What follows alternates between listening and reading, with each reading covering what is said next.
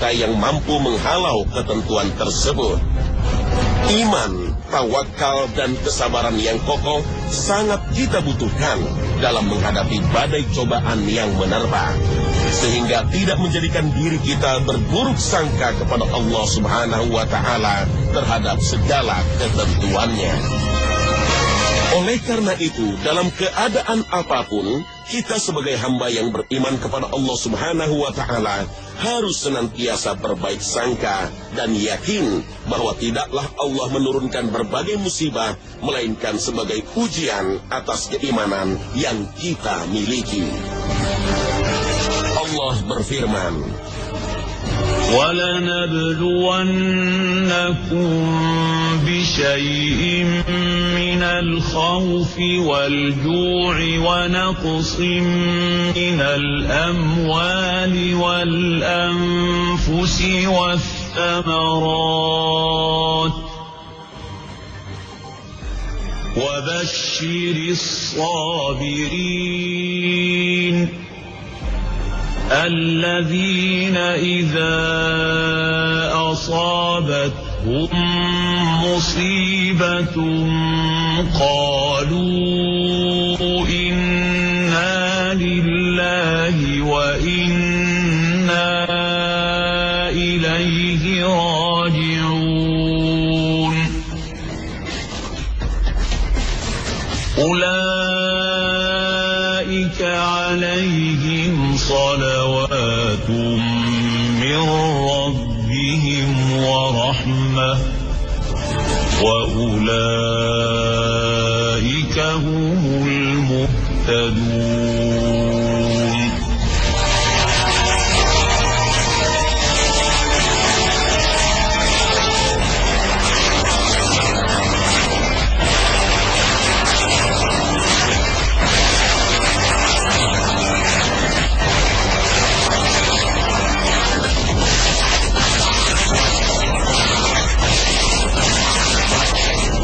Allahu Akbar.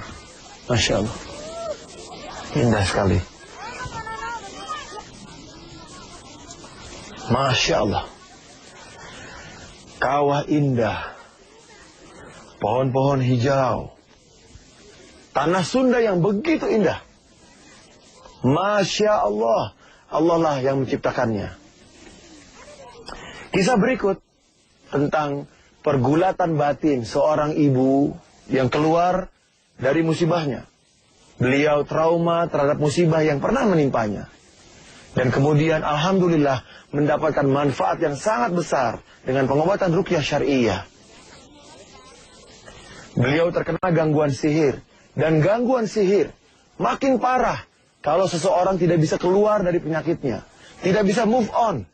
Tidak bisa membuang semua traumanya. Namun alhamdulillah dengan izin Allah, ibu ini bisa mengeluarkan emosinya, bisa keluar dari musibahnya. Gangguan yang dirasakan oleh Rina muncul sejak 2 tahun yang lalu. Mulanya ia merasa seringkali lupa rakaat saat melaksanakan sholat. Sakit kepala tatkala memikirkan persoalan-persoalan sepele.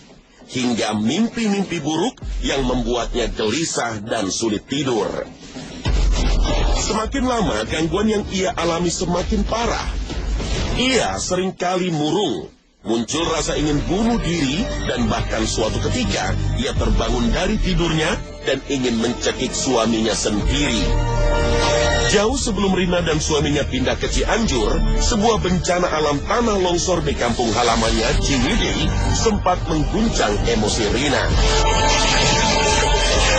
Pernah mengalami musibah bencana longsor, begitu terus dari trauma hati sama, dari sana jadi sering melamun, terus punya beban emosi yang sangat tidak enak bercampur sama pikiran. Jadi di saat itu jin mudah sekali masuk ke dalam.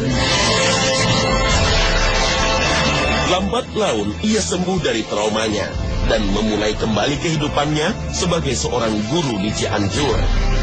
Namun ia tidak menyangka kondisi fisik dan emosinya justru semakin melemah hingga ia sulit bekerja.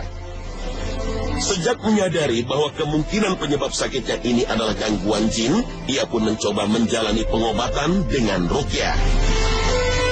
Saya baru datang aja, udah merah mukanya, udah bereaksi. Saya lagi pegang-pegang HP di kursi, Kang Fajar langsung menyentaknya karena udah kelihatan dari mukanya udah mau merah. Langsung sama Kang Fajar disentak dan bereaksi. Ketika itu kami belum membaca apa-apa. Langsung seperti kuntilanak suara. Ruqyah adalah doa untuk melindungi diri dan mengobati penyakit. Bacaan ruqyah syar'iyyah berupa ayat-ayat Al-Quran dan doa-doa yang telah diajarkan oleh Rasulullah Sallallahu Alaihi Wasallam. Tak ada keraguan bahwa penyembuhan dengan Al-Quran dan dengan apa yang diajarkan oleh Nabi Sallallahu Alaihi Wasallam berupa ruqyah merupakan penyembuhan yang bermanfaat, sekaligus penawar yang sempurna bagi penyakit hati dan fisik. قرآنا أعجميا لقالوا لولا فصلت آياته أعجمي وعربي قل هو للذين آمنوا هدى وشفاء.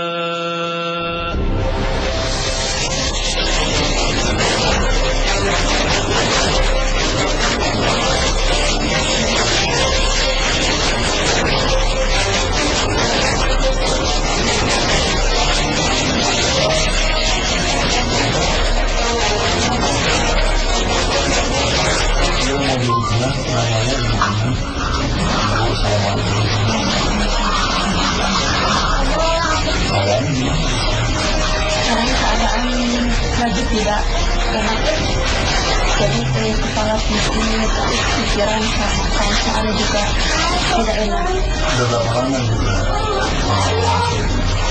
Sudah sejak 3 tahun. 3 tahun yang lalu ya. Syarat penyembuhan Rasulullah ini sebelumnya kita harus kembali meneguhkan tauhid, meyakini bahwa Allah lah tempat kita memohon. Allah lah yang maha menyembuhkan segala penyakit. Selain itu juga, kita harus melakukan tazkiyatun nufus atau melupakan segala penyakit-penyakit hati di masa lalu, termasuk dendam, amarah, kesedihan, kekecewaan, dan trauma, serta membuka lembaran jiwa yang baru dengan penuh keikhlasan. Proses ruqyah dimulai dengan posisi telentang. Ruqyah membimbing Rina untuk mengucap sholawat.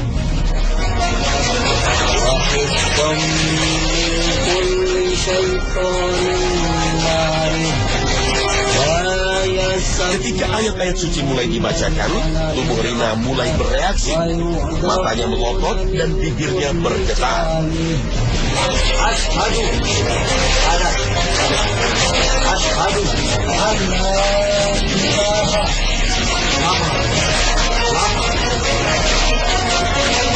Kalau gangguan jin, pertama level reaksinya berbeda-beda. Jadi ada jin yang sangat sensitif, bahkan kadang-kadang baru datang ketemu sudah bereaksi keras, seperti yang ada di Bu Rina. Ada yang diruqyah sejam tidak ada reaksi sama sekali. Bangsa jin yang berada di dalam tubuh wanita ini mulai memberontak ketika diminta membaca syahadat. Semuanya belajar agama. Semuanya raut mulut keluar. Ya keluar semuanya keluar. Bawa pasukannya semuanya belajar agama ke Mekah sana. Ya keluar semuanya, yang ada di Nabi. Kenapa susah? Asyaitonirrajim.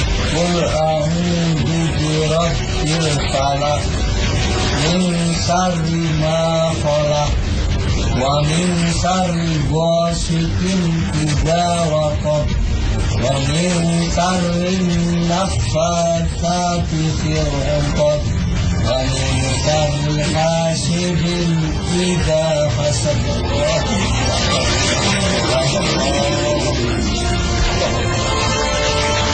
Dalam surat Al-Falaq, ya, Qul a'udzu birabbil falaq min syarri ma khalaq wa min syarri ghasiqin idza waqab wa min syarri naffatsati fil 'uqad.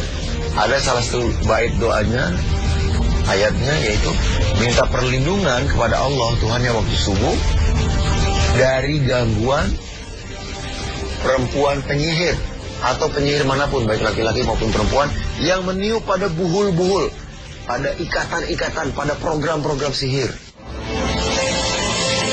Metode dakwah ini adalah metode yang pertama kali dilakukan untuk meruqyah pasien gangguan jin. Tujuannya adalah mengajak bangsa jin bertaubat dan memeluk Islam, bukan untuk menyakiti, apalagi menyiksa jin. Nampaknya jin tersebut kesulitan keluar dari tubuh Rina. Biasanya, jin yang sulit keluar bisa disebabkan karena adanya buhul atau tali-tali yang mengikat jin tersebut. Ya, dukun ini sering mengikat program-program sihirnya. Di antaranya di kepala, di otak, di leher, di jantung, di dada, di rahim. Ini tempat yang dukun ini sering sekali mengikat. Dari mana saya dapat info? Dari pengakuan jin-jinnya ketika diruqyah. Ya, saya mau bicara sama raja. Rupanya selain karena kekosongan dalam jiwa Rina, gangguan diperparah karena adanya kiriman sihir atau santet dari dukun. Kamu kiriman siapa? Kenapa dikirim ke ibu ini? Dendam. Kenapa dendam? Kamu kesalahan. Ya, bilang sama dukunnya, masuk Islam aja yang benar, jangan jadi dukun. Saya mau bantu kamu masuk Islam ya. Lihat ini. Inna dina indallahil Islam. Inna dina indallahil Islam. Inna dina indallahil Islam. Kamu lihat cahayanya? Bagus? Lihat ini. Wa may yuti'illaha wa rasulahu yudkhilhu jannatin tajri min tahtiha al-anhar. Barang siapa yang taat Allah dan Rasulnya, Allah masukkan dia ke dalam surga. Kamu lihat gambarnya? Semoga kamu dimasukkan ke dalam surga dengan cara masuk Islam dulu, ya.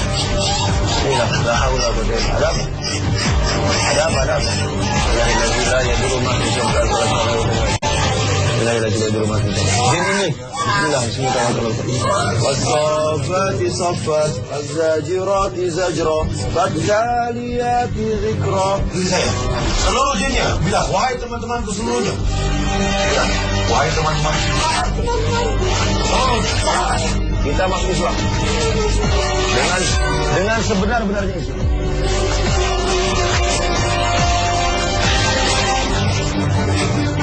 Kita membaca syahadat. Asyhadu an la ilaha illallah wa asyhadu anna Muhammadan Rasulullah. Ini wajib yang sudah masuk Islam, keluar yang belum baik. Sudah saya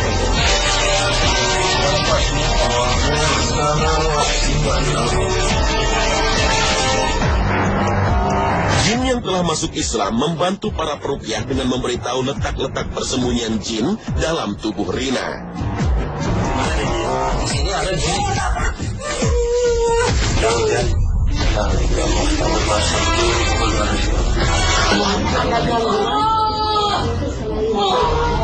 orang yang sukses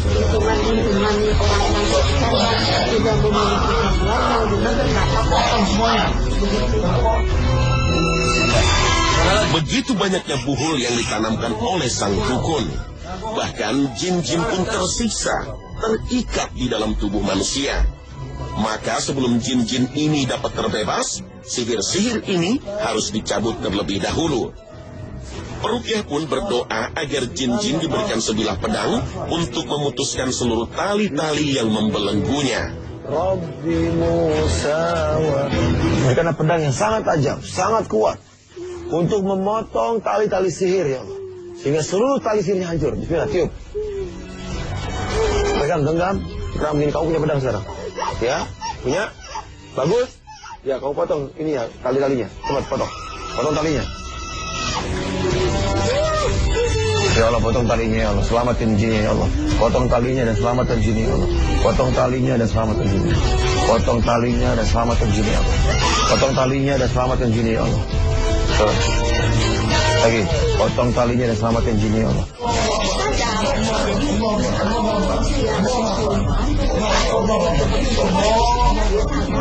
cuma harusnya disuarakan terus tapi dijawab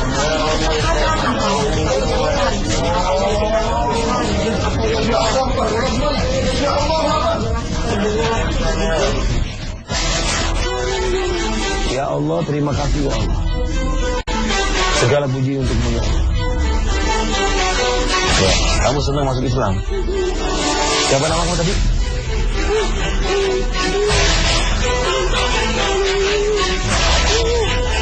Ya, kamu bangsa jin apa? Oke, kamu nggak jin kan? Enggak ya, saya kasih nama ya. Ya, kamu Abu Bakar. Ya, kamu yang nama Abu Bakar. Ajak teman-teman kamu jin ifrit yang lain untuk masuk Islam. Tapi sebelumnya kamu belajar dulu agama di Masjid Haram. Sebagaimana yang telah disebutkan oleh Al-Alamah Ibnu Qayyim, salah satu cara menyembuhkan seseorang yang terkena sihir yang paling utama yaitu menemukan atau mengeluarkan buhul-buhul sihir dan menghancurkannya. Sebagaimana telah sahih dari Rasulullah kala beliau terkena sihir, beliau memohon pada Allah agar diperlihatkan tempat buhul-buhul sihir itu. Maka Allah mengabulkan permohonan beliau. Lalu beliau mengeluarkan buhul-buhul sihir itu dari dalam sumur. Maka ketika buhul-buhul itu telah dikeluarkan, hilanglah pengaruh sihir pada diri Rasulullah, seakan-akan dilepaskan tali dari simpulnya. Itu fahuwa yasfini. Ketika aku sakit, Allah yang menyembuhkan. Dalam ruqyah bukan kekuatan si peruqyah, bukan, karena peruqyah bukan orang sakti. Peruqyah bukan tukang sulap, bukan tukang sihir. Namun peruqyah adalah orang yang berdoa kepada Allah. Dan kalau kita bicara Allah, iza arada syai'an ayyakula lahu kun. Kalau Allah berkehendak, Allah tinggal bilang jadi, maka jadi. Karena innallaha ala kulli syai'in qadir. Sesungguhnya Allah itu atas segala sesuatu kuasa. Jadi cukup peruqyah menyandarkan diri kepada Allah, bertawakal kepada Allah, dan yakin kepada doa-doanya.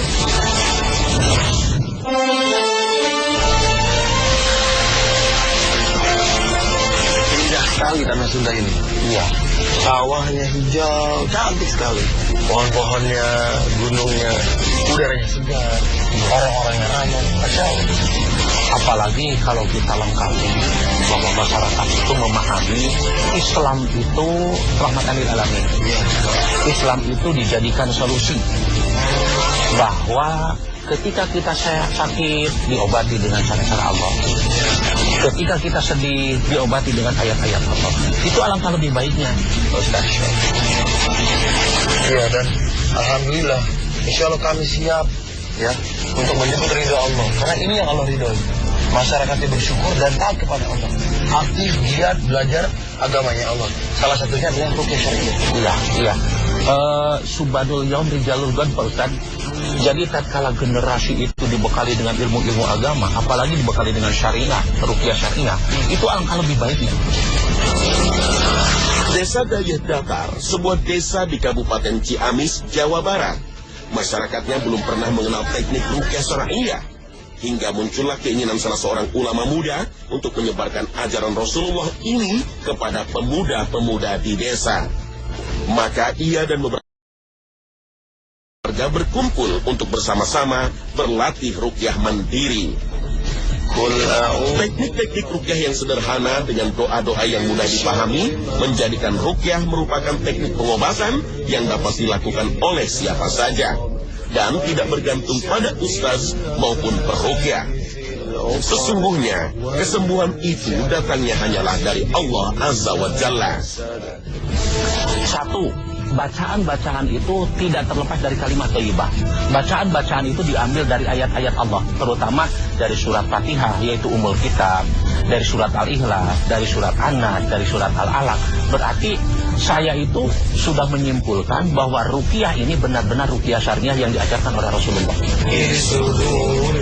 Ruqyah mandiri dapat dilakukan dengan berbagai metode. Yang pertama membaca doa-doa ruqyah seperti Al-Fatihah, Al-Falaq, Al-Ikhlas, dan ayat kursi ke telapak tangan. Kemudian meniup dan mengusap-usapkannya ke seluruh tubuh. Atau langsung memberi tiupan-tiupan perlahan ke dada dan perut. Yang kedua, dengan cara membuat air ruqyah, yakni membacai air dengan doa ruqyah, meniup, kemudian meminum air ruqyah tersebut. Pemirsa Khazanah, sejak zaman jahiliyah, teknik pengobatan ruqyah telah dikenal. Namun ruqyah kala itu banyak mengandung kesyirikan. Misalnya menyandarkan diri kepada sesuatu selain Allah, percaya kepada jin, meyakini kesembuhan dari benda-benda tertentu, dan sebagainya. Setelah Islam datang, maka Rasulullah SAW melarang ruqyah kecuali yang tidak mengandung kesyirikan. Auf bin Malik radhiyallahu anhu berkata, dahulu kami meruqyah di masa jahiliyah. Lalu kami bertanya, wahai Rasulullah, bagaimana pendapatmu tentang hal itu? Beliau menjawab, tunjukkan kepadaku ruqyah-ruqyah kalian. Ruqyah-ruqyah itu tidak mengapa selama tidak mengandung syirik. Hadits riwayat Muslim. Inti dari ruqyah adalah tawakal kepada Allah dan bukan kepada peruqyah. Karena siapa saja bisa dan mampu menjadi peruqyah selama amalan ilmunya syar'i sesuai dengan ajaran Rasulullah SAW.